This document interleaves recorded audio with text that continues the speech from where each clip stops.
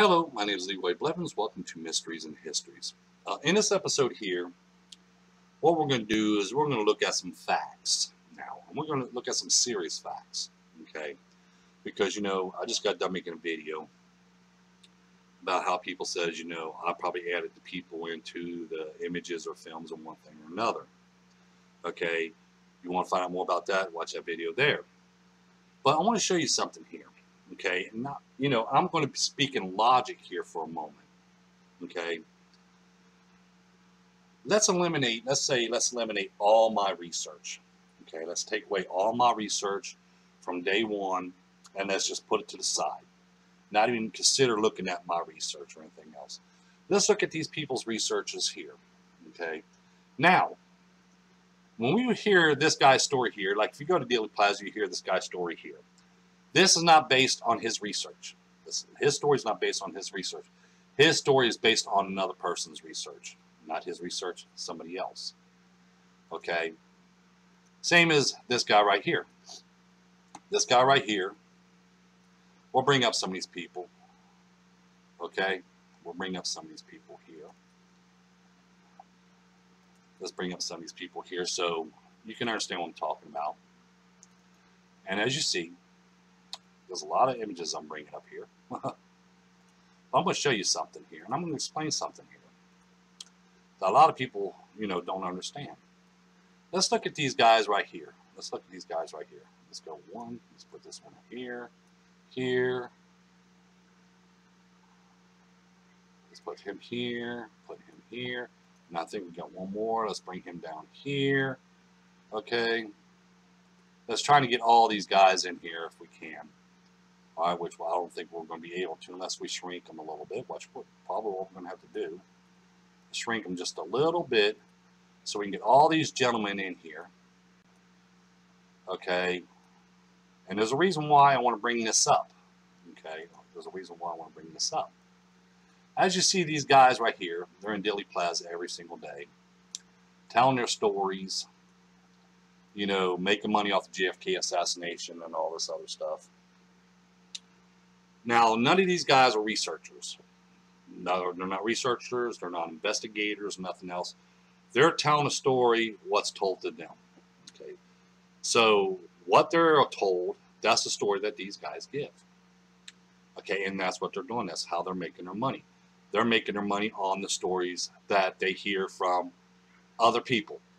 Not their own research, not their own investigation, by somebody else's. Okay. That's what they make their money on, by telling a story by somebody else. Now,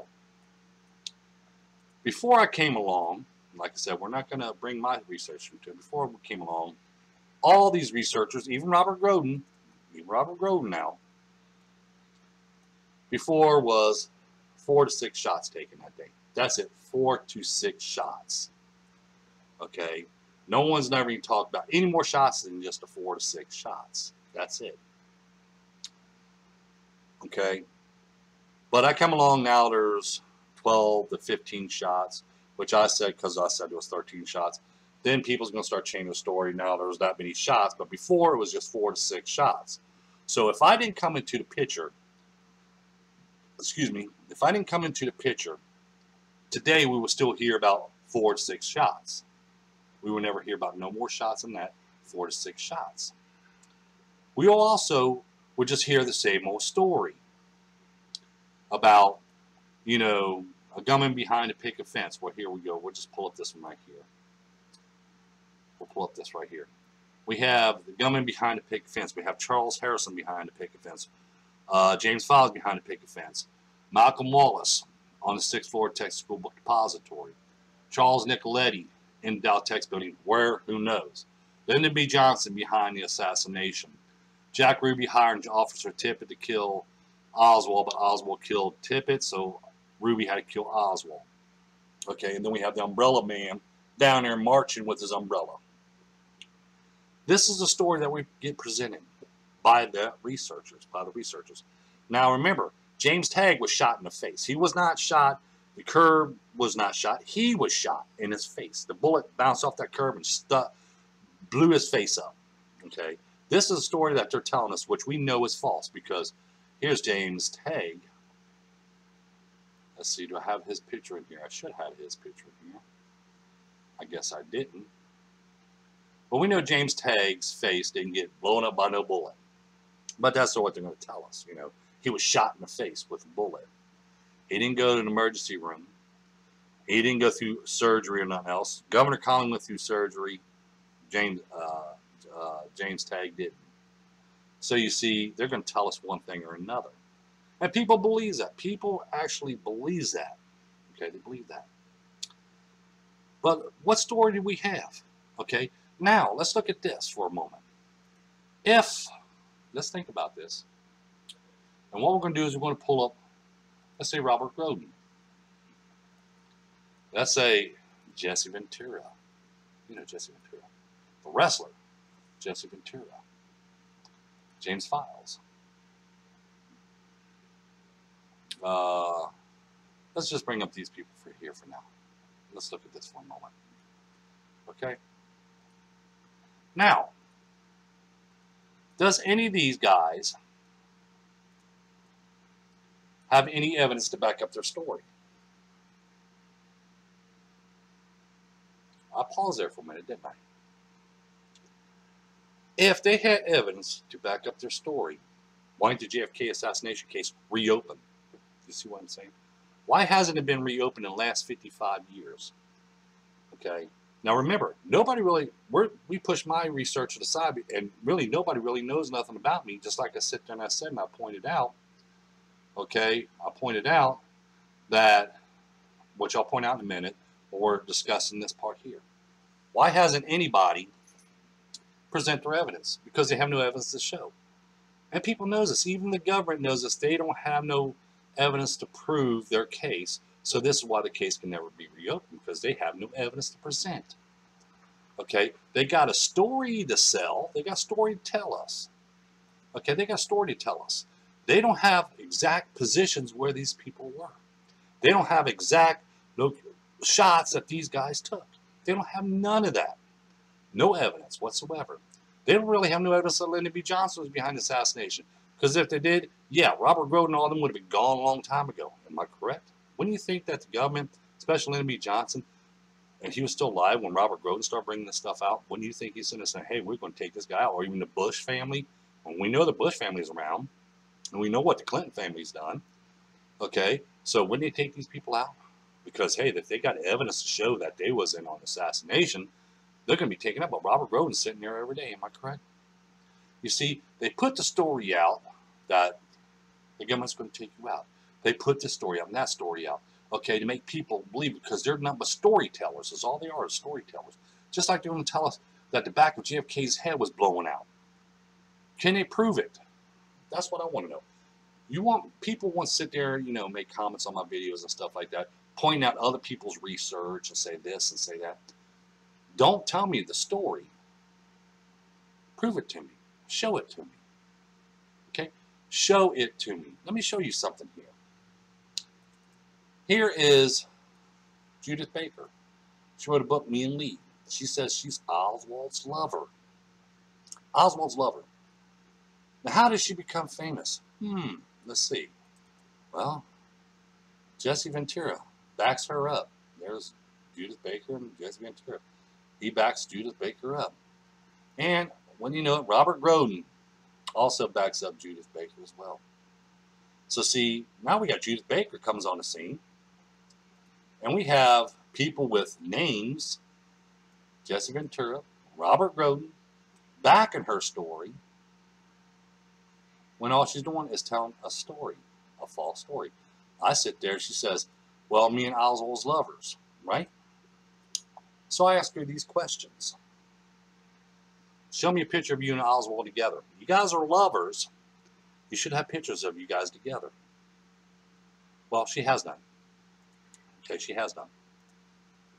Well, show me some letters that Oswald wrote to you. Well, she claims she has letters, but she don't have none. She never showed me. Wonder why. She claims she talked to Oswald a day or two before the assassination. You know, he feared for his lover's life. He feared for his wife's life. Oswald did. He feel for his children's life. That's the reason why he didn't say nothing. Okay. Oswald's a hero. Let me tell you something about a hero. If Oswald was there to prevent the assassination of JFK, okay, then we're going to be truthful now. He was going to be preventing the assassination of JFK. He was a hero. Here's what a hero does. Okay, here's what a Marine does. My dad was a Marine. If he knew that JFK was going to be assassinated in Dealey Plaza, my dad, you know, a true Marine, okay, a true Marine, guarantee it would have been right here on this corner. Right on the corner of Main and Houston. He would never let him turn down on Houston. Guarantee you that. You know why? Because he would have ran out to the limousine and jumped on him. What would happen if he ran out to the limousine and jumped on JFK in the back seat? The Secret Service agents would have jumped him and everything else. Am I correct? They would have jumped him. Where would they have took off? They would have went straight ahead down on Main Street. Am I correct? They would have. They would have covered JFK and everything else like that through the rest of Dealey Plaza. A true Marine would do that. A true hero would do that. He would sacrifice himself.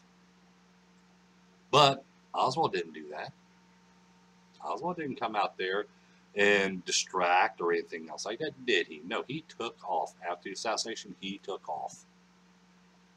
Okay, these are things that I think about when you study and you listen to these people's stories. Okay, other questions don't come to people's minds or anything like that, but these are questions that come to my mind. If anybody was in on assassination, they wanted to stop the assassination, there could have been 1,001 things they could have done to stop them from turning down on Elm Street. He could have started firing his rifle in the air. Think about that one. If he was there trying to be a hero, he could start firing his rifle up in the air, or taking shots at the street itself. They would have blocked and covered JFK before he even got close to any of these gunmen right here.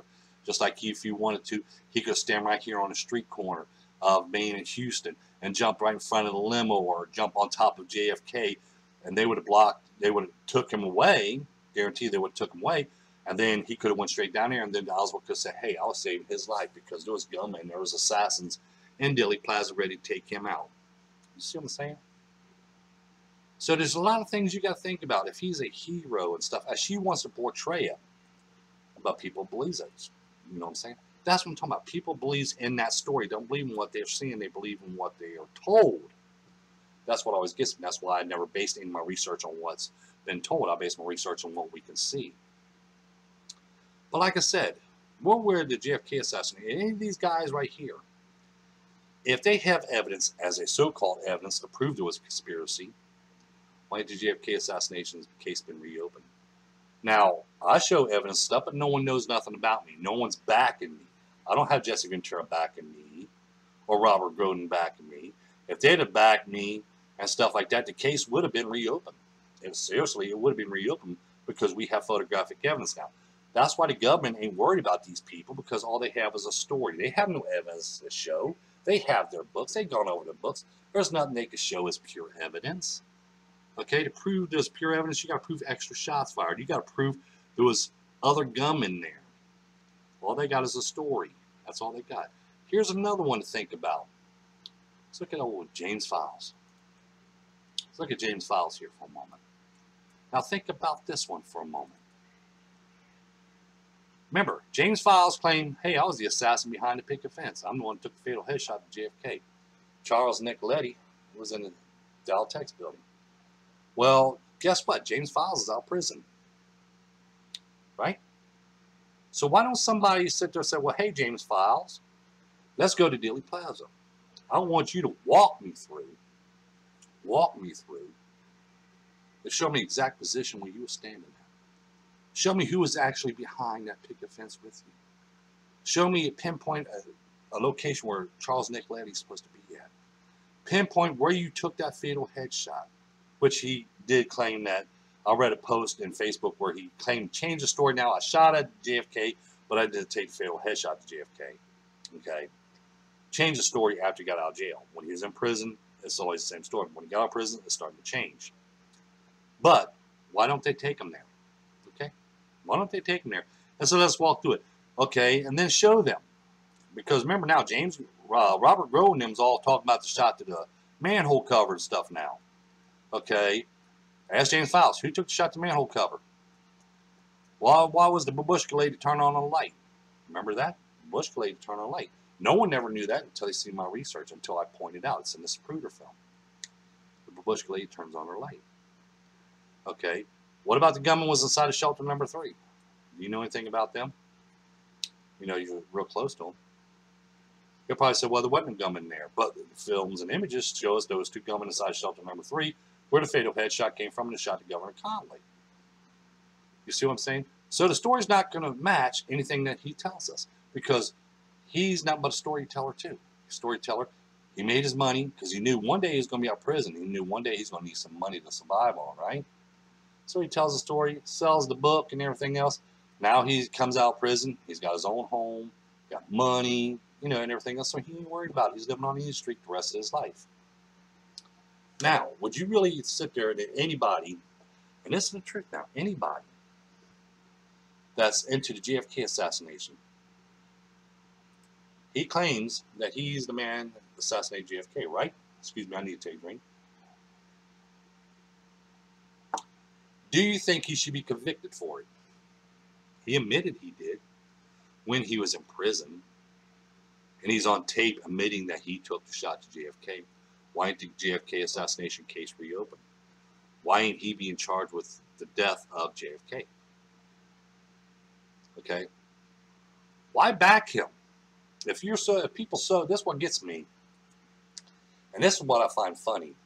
That people that sits there and they say, oh, I'm for JFK. I want to know what happened to JFK and stuff. But I'm backing James Files. I'm backing James Files. He said he killed JFK. So we're going to pat him on the back for killing JFK. But I'm also going to say I love JFK and his family, and I feel sorry for him and everything else like that. When you're going to pat a guy on the back to claim that he shot JFK? I'll be sitting there saying, hey, why aren't you being convicted right now for it? Why are you out of prison? You should be still in prison if you committed a murder like that. You commit a murder. What happens to people when they commit murders? They go to prison, don't they? And some people get death penalty on it, you know. So you have to see what I'm saying. You see what I'm saying? Okay. People rather believes in the story. Just like I said, if I was out of the picture, and I never came into doing research on JFK assassination, we would still be looking at JFK assassination as anywhere from 4 to 6 shots fired and stories, because none of them has evidence to present. To be honest with you, none of them has evidence to present. If they had real, true evidence to present, the case would have been reopened years ago, and they know this for a fact. They know this for a fact. This is the reason why the case is never going to be reopened, because they don't have no evidence. The reason why I can't reopen the case is because no one even knows nothing about me. Okay, I have nobody backing me. I have nobody famous or anything else backing me like you see these other people do. Excuse me. But I just want to make this video here and point out some facts here. Do you believe their story? Then go ask them the questions. Go say, hey, can you pinpoint exactly where the shots came from? James Files, hey, you're out of prison. Why don't you go down there, man, and show the people where you were standing at when you took your shot. Show who else was with you, and when their location, where they was at, and everything else. Show us the shot. Who shot the curb where James Tagg was standing? Who shot that? Ask that question. Who took that shot? Who took the headshot to JFK? Who took the neck shot to JFK? Who took the shot to the back of JFK? Okay, who took the shots to the chrome? Who took the shots to the manhole cover? Bring this up. Ask him. He's out. He's on Facebook as well. Ask them questions. Hey, why don't you go down there, you know, and just say, hey, why don't you go down there and show us where you was at? Show us exactly what took place that day. Let's clarify it with your first hand of being the assassin, being there. See if Robert Groden's right. Let's see if Jesse Ventura's right. Let's see if any of these guys that does their talks down there are right, okay? Let's see if Mayor Mormon. Let's see if Gene Hill's right. Let's see if Beverly Oliver's right and these other people. Okay, Ed Hoffman. Let's see if all these people are right. Let's see if this guy's right here even right. Okay, was Charles Harrison with you? James Files, was he with you? prove it. Like I said, you can prove it if you can. I just want to make this video here to let people know that, hey, what's the difference between their research and my research? I show photographic evidence of what was filmed that day from people that was there that day. Okay, none of these guys, Robert Grote wasn't there when JFK was assassinated. We know this for a fact. Jesse Ventura, he was not there when JFK was assassinated. This is a fact. Okay, Judith Baker, she was not even there when JFK was assassinated. Okay, none of them was there. Was seeing the assassination themselves firsthand. This guy here tells the story. He wasn't there. Okay, only one that claimed he was there at the time is this guy right here. He said he was a young man at the time with his aunt and stuff like that there. He's seen this stuff going on. Okay, which I don't see how he could see behind a picket fence when he's up there by the curb of Houston and Elm, on the other side, opposite side, but guess he's seen it. Okay, but everybody down there, if you think about it, they're telling his story, Robert Grote's story. That's who they're telling. They're telling the same story that Robert Grote tells. So that's who's telling the story. That's the main guy's telling the story, and they're just following him. That's his followers, I should say. But I just want to make this video here to point out some facts. Hey, if it wasn't for my research, we would still be looking at 4 to 5 shots fired, gunmen wherever, just like when people says they do the ballistic test, where's them at? Can you prove it? Can you show us it? Can you line up these shots? Can you measure out the distance and the height where these angles, where these shots came in and everything else? They can't do it because they don't have it. They don't have it. I just want to make this video here. It might piss some people off, and I hate to say it that way. It might get some people upset. But hey, the truth hurts. You know what I'm saying? I'm an outspoken person. The truth hurts. But let's face facts as facts.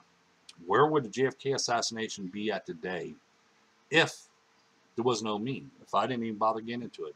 Would there be 13 shots? I mean, would there be anywhere from 12 to 14 shots now? Would anybody be actually talking about the manhole cover? Would anybody be talking about other locations like the county records building gunmen or anything else? Like, no, we would never even talk about none of that stuff because they wouldn't. It's not in none of their stories, not in one of their stories. So don't forget that like button. Don't forget to subscribe. Don't forget to tell your friends about it. Share this information, other information from other videos on your social medias and everything else like that. Always in the description down below. You find us out where you can own my book, Evidence of Conspiracy. The only book you ever need in JFK assassination. You can still make a donation to a GoFundMe account for a documentary that I'm making. $30 or more. You get a free copy of the DVD signed. And you get your names in the credits. Thank you, and you all have a pleasant, pleasant day. Don't forget that like button. Don't forget to subscribe now. Thank you.